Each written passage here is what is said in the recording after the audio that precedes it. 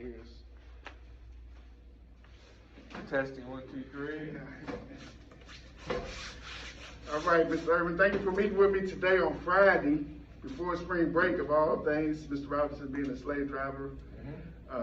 But no, I want to give you some feedback. I saw some things on my last visit, because we talked about breakout rooms and that type of thing. And so in my last visit, you did the breakout rooms. Actually, I got to participate in one of the breakout rooms. And so I just, first of all, questions like, how's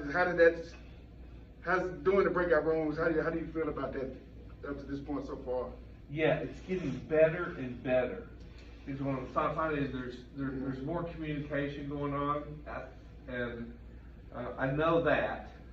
And then there's a lot more communication going on in these small groups with just the students than if I try to get participation with the class. But afterwards, after those small groups, then they're more willing to talk class-wise. Okay, that's good. So, and I think there's, there's just more thought being a part of it. Okay. So there's deeper thinking from the students in those smaller groups. Okay.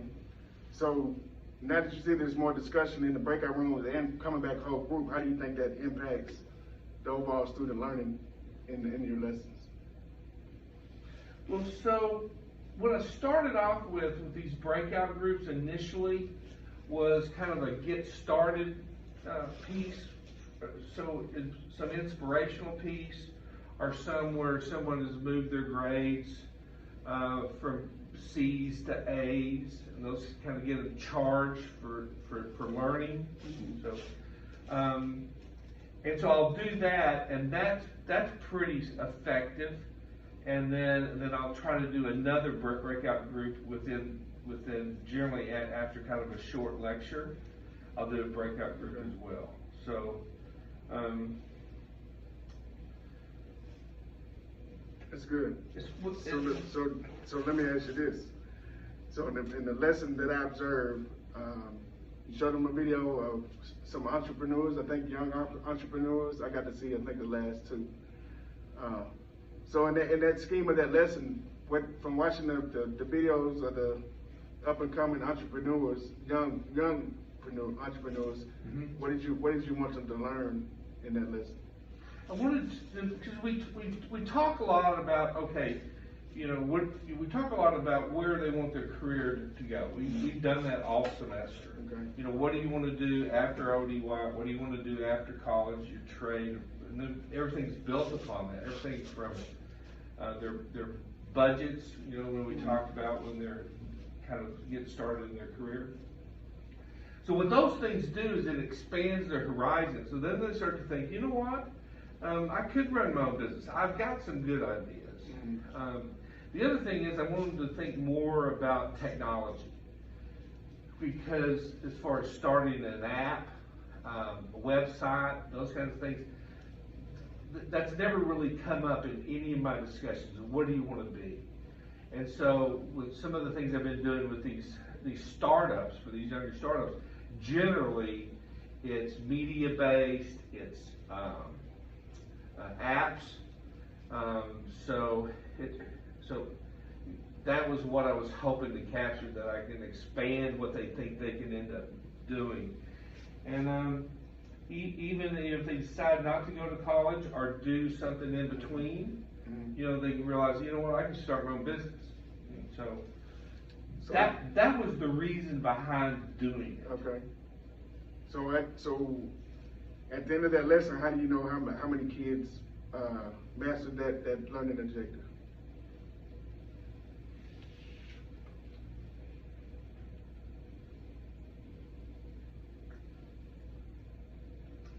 I don't. I don't.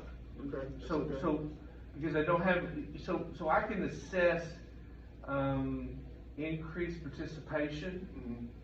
I can observe that, but I've still got a number of crickets, so to speak. So if I look at kids individually, I don't have a full picture now. Yeah, I don't have a full picture. Okay. But really, but initially will, I suppose, as we start doing the lessons, either the writing piece or would be, you know, the quiz I'd pick up some learning from that. Right? Okay. I'll generally have a writing exercise. But no, I can't capture everyone. Just. That's okay, so we can talk about that also. What are some, what we call exit ticket activities to try to figure out what do the kids learn at the end of the day. So you start out, because you do a good job of framing your lessons and the kids know what we're gonna learn today. We can also talk about, so we've done a lesson, we've done some activities. Now how many kids really walked away with mastering that objective? They fully understand the nugget that I wanted them to learn that day. And so there's some different activities you can do that are they're not labor intensive to grade. They can be written activities. Sometimes they can be verbal. They can be they're quick things, so they're not something that's labor intensive. Before today's conference, when I visited, I was thinking about what ways can we push the kids more. So you did mention that you've seen more engagement in the breakout rooms. Yes. And then we come home with group, there's more discussion there. And so it was kind of funny. So when I was in my breakout room, and just out of habit, I started facilitating the breakout room, right? And somebody, I'm talking, but nobody was saying anything, so I put my question in the chat. And then somebody said, well, who are you? Are you another teacher? So I didn't have my camera on, so I turned my camera on, and then I was like, no, I'm the principal. They said, oh, okay, I thought that's who it was. But so what I want us to look at today is a way to stretch the kids. It's called universal prompts. So you had the breakout rooms, they come back whole group, and so I have a 2-minute video I want us to look at, and this has a discussion. The teacher is reflecting back on the lesson. There's I believe it's assistant principal in this video as well, and there's a discussion they're having about a lesson that already happened, and so I'm gonna bring it over there. Okay. It's about 2 minutes long, so it may pause, but it's gonna come right back. All right.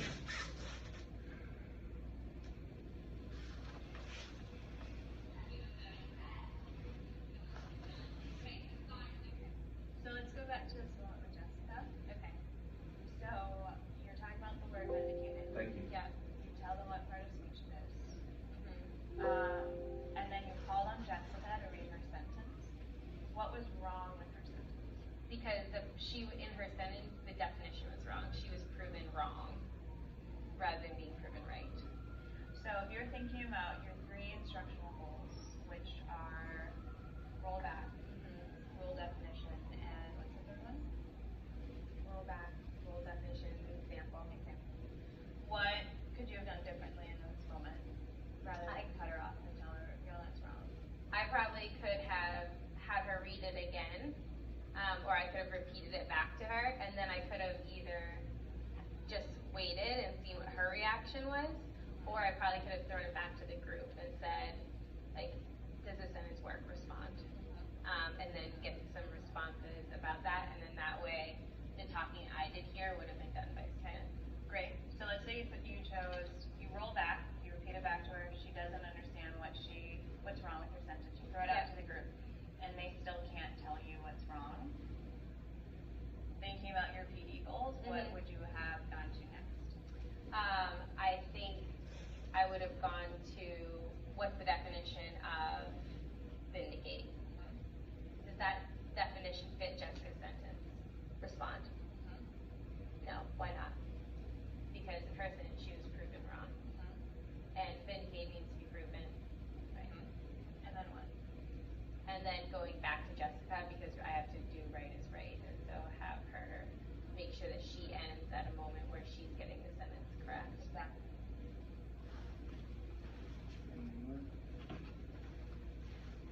what are some takeaways that you noticed between that discussion?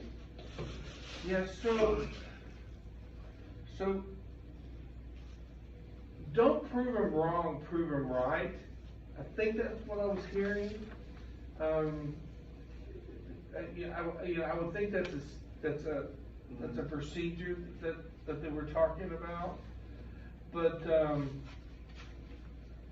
and then if you do hear something that's wrong, you don't necessarily have to you don't necessarily have to point that out, but maybe ask another question, kind of dig a little deeper from them, but don't leave it. I think what you said was right is right.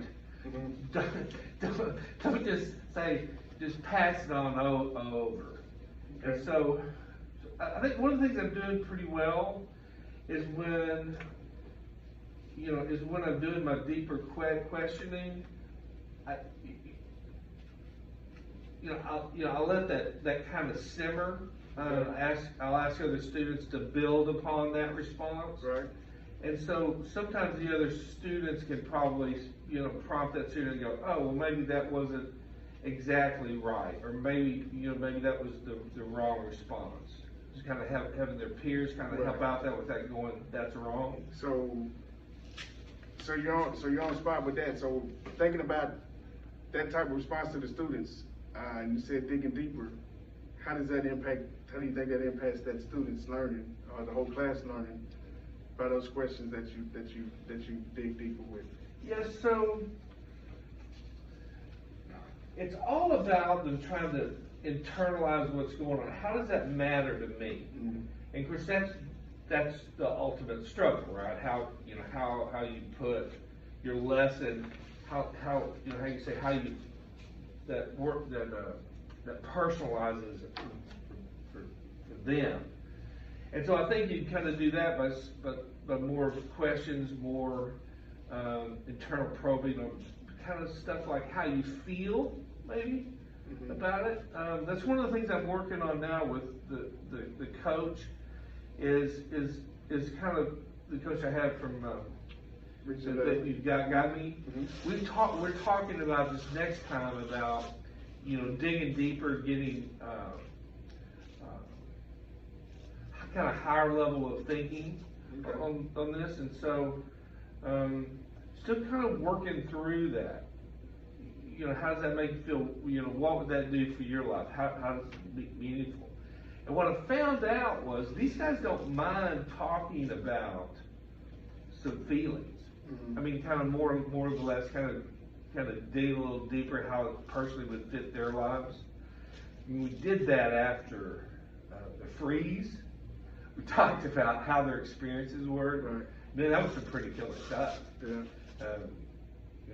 They really had some emotion behind that. Yeah, I know I did.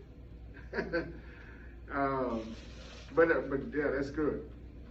So I know it's Friday before the break, and what you're talking about is exactly what I'm asking us to focus on. It's called universal prompts, and so specifically when you came back from the breakout rooms and you brought it back whole group, and so I don't know if you have done your lesson plans for after the break, because it is before the break. Some people wait and then do it during the break and not really take off a certain day or whatever, but do you have an idea of what you might be doing when you come back from the break? What I do is I've just found that just staying there impossible to try to put together. It's still taking me about 6 hours to put together a week's worth of lesson plans, but I do that on Sundays. I've set that kind of gears me up. So if that's the case, which is I understand because I remember those days of writing my lesson plan. So if that's the case, let's think about the lesson that I participated in. Right. If we had to do that one all over again, and how can we implement this strategy, right? So as we did before, we're gonna write take a few minutes and write our script, okay. and then we're gonna share what we did. And so we're focused on, you did the breakout rooms, and now we came back from the breakout rooms, and now what? Okay. So let's take about 2 or 3 minutes. Write down what would you do to bring everybody back, what would be your next actions? Well, so I would set up the bracket, So this is right time, so we're thinking about the lesson that you did, if we could do it over again. All right, so that lesson that I just raised on, I think was on Wednesday. So Wednesday's lesson, you showed them a video, I think it might have had 9 or 10 young entrepreneurs. I caught the last person, I believe, the last half I remember the bow tie guy. So you did put in the breakout rooms and you put them back together. So right now, take 3 minutes, so now I got them back together. Okay. What am I gonna say and do to stretch the thinking or the feedback that you get from a particular kid or a couple kids? How can I take it deeper from their responses? You know what I'm saying? So we're gonna write first and then we'll share out. So take about 2-3 minutes to write and then we'll share out. All right.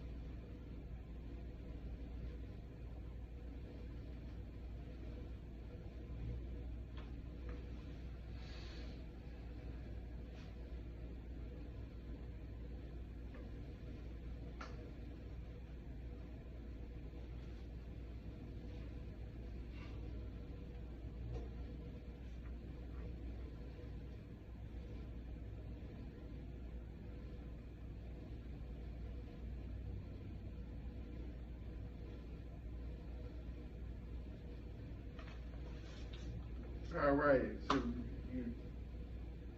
you want to go first, or you want me to go first? You know what? I'll go first. Okay. So guys, so just to make sure I got this, I'm actually, you're my class. I'm coming back to this. I'm being the actor. Exactly. Okay. Yes. So guys, we come back to this, your breakout groups, talking about the thing we started off thinking before we saw the video was to pick out 2 of these companies you like the best and talk about why. And would somebody like to talk about what company they liked the most, or they thought they could work? Yes. Yeah. So I like the company where the young guy started his own bow ties. I thought it was interesting that he actually made them and used his networking to bring it to life. And so I'm kind of jealous that I didn't think about it before him, but I thought it was pretty cool and creative for somebody that's the same age as me, high school kid that's got his own business and is highly successful right now. Well, how would you feel about being an entrepreneur? I mean, what would that be like for you think? Yeah, I think that would be, it would be awesome for one, but it's also challenging, and I think what drives those that are highly successful, like this young guy, is like the fear of failure. So not to fail, to put in the extra work. So I think what happened is, I think he had the drive like to do something special, and he stuck with it, just like you would in athletics, basketball, football, or whatever. The extra practice time, where he put that extra time in to put the business plan and get the resources to make it happen. Good, Howard. Would anybody else like to kind of expand on what Howard said? Because that was some really good stuff about how maybe you would feel about being an entrepreneur, or maybe, you know, what company that you saw that it really kind of rang your bell, so you thought maybe, you know, I might like to do this. Would anybody like to expand on what Howard said? That's good. All right, so let me go. I like to figure you like that. I know. I hadn't seen him before. Yeah, on Shark Tank. I think I saw him on Shark Tank. Yeah. That's why I was mad. Like, dang it, man! I'm like, why didn't I think of that? I like bow ties. Okay, class. I heard some great discussion today in your breakout rooms. Very impressive. And so now I need a couple of my reporters from the breakout rooms to come out and now share us which of the company that caught your interest and why. So do I have one of my reporters that'd like to jump out there first? Yeah. All right, go ahead, Mr. Brad from Group 4. What company caught your interest? Well, me and several other folks like the nonprofit, the one where the girl raised money for breast cancer and kind of turned that into a large organization, getting hundreds of thousands from contributors. I was thinking that would be a wonderful way to, that'd be a wonderful place to work. And so, yes. And so why is it about a nonprofit that would be a wonderful place to work? Why would that be so cool to be? Well, it's kind of, instead of so much like worrying about yourself and trying to have a big house and mansion and worry about getting rich, doing good stuff for the world. Mm-hmm. I think that I would like to do that. Okay. Well, that's great. Thank you, Mr. Brand, for thinking about others and not just yourself. I like that viewpoint on there. So, do we have another reporter? Do I have somebody from Group 3 that'd like to share one of their ideas? Yeah, I like the guy that produced the rappers. Okay. He started off doing like producing videos of local rappers, and just built upon that. That would be just a cool job. So, but tell me this, Kent Scribner, what was it that's so cool about doing that? What was cool about that? Well, it's if you had your own company like that, working with rappers, you get to meet a lot of interesting people, mm-hmm. have a chance to make a lot of money, and you kind of get kind of an artistic kind of company. I think it would be interesting. That's good. Well, let me ask you this: what do you think might be one of the roadblocks that they possibly ran into? Because obviously they overcame it. What do you think was one of the roadblocks that this person came across before they kind of got successful at what they're doing. Well, there's a lot of people out there rapping, and so there's a lot of competition. Not just if I did it locally, maybe those guys would never make it, or wouldn't be good enough. So they never were good enough just to kind of break into the national scene. So competition would be really tough. And I think you'd have to really be lucky, or either help that rapper develop into a better artist. But that would be the challenge, I think. Okay. I appreciate your input, feedback. So thank you for that participation. So now you think about how to just take it a little bit further and get more kids' wheels spinning. Is what we're trying to do, is to stretch their thinking.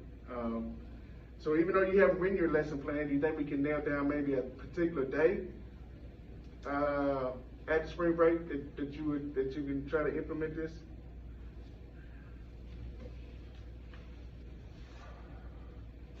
Mr. Robinson, so Yeah. So you're asking me? Yeah. So when on Monday, I'm going to be prepared to record a session for my coach. Oh, okay. It's very similar to what we're talking about, although it's not the same. But I think Is it about students? it's a universal problem. It's getting to think, more about deeper thinking about the topics, more engagements. So Monday, don't work harder. Let's work smarter. So yeah, I can do both. okay. So what would really be, the opportunity is when they come back. People that come back from vacation, Yeah. they're kind of dreading coming back. And to really get something interesting on the first day back would probably be pretty cool. And just so long as it's tied into business management, I can tie a professional. So is it a particular So Monday. period? Is it a period you're recording for her? Like She just said as early as possible. So today when we come back, it'll be an 8-day, won't it? So my third period. Now, you know what the challenge would be is to do my fifth period right off the bat. See if I can get that to work. So fifth period on Monday, I'll be prepared. Okay. So I'll look at your lesson plan and see what time I need to come through, because you're not gonna record the whole lesson for her. No. Just, She generally wants. What we talked about is like a breakout room. Coming back from a breakout room is exactly what she's looking for. So basically, about a 20-minute video at the most. So basically, if I'm not here, if you're recording it, you can share the recording with me too. She's not going to be live either. Yeah. Okay. But the day is Monday. Fifth period is the day. Okay. Well, good. See if we can wake him up. Well, sir, you have a great break. All right, sir. At least try to take a break, because you are a machine. so which is not a bad thing. I like the machine. So, but you take a good break, because I'm going to try to take me a break. I'm trying to get the wife to buy into my trip deal. So when you shut down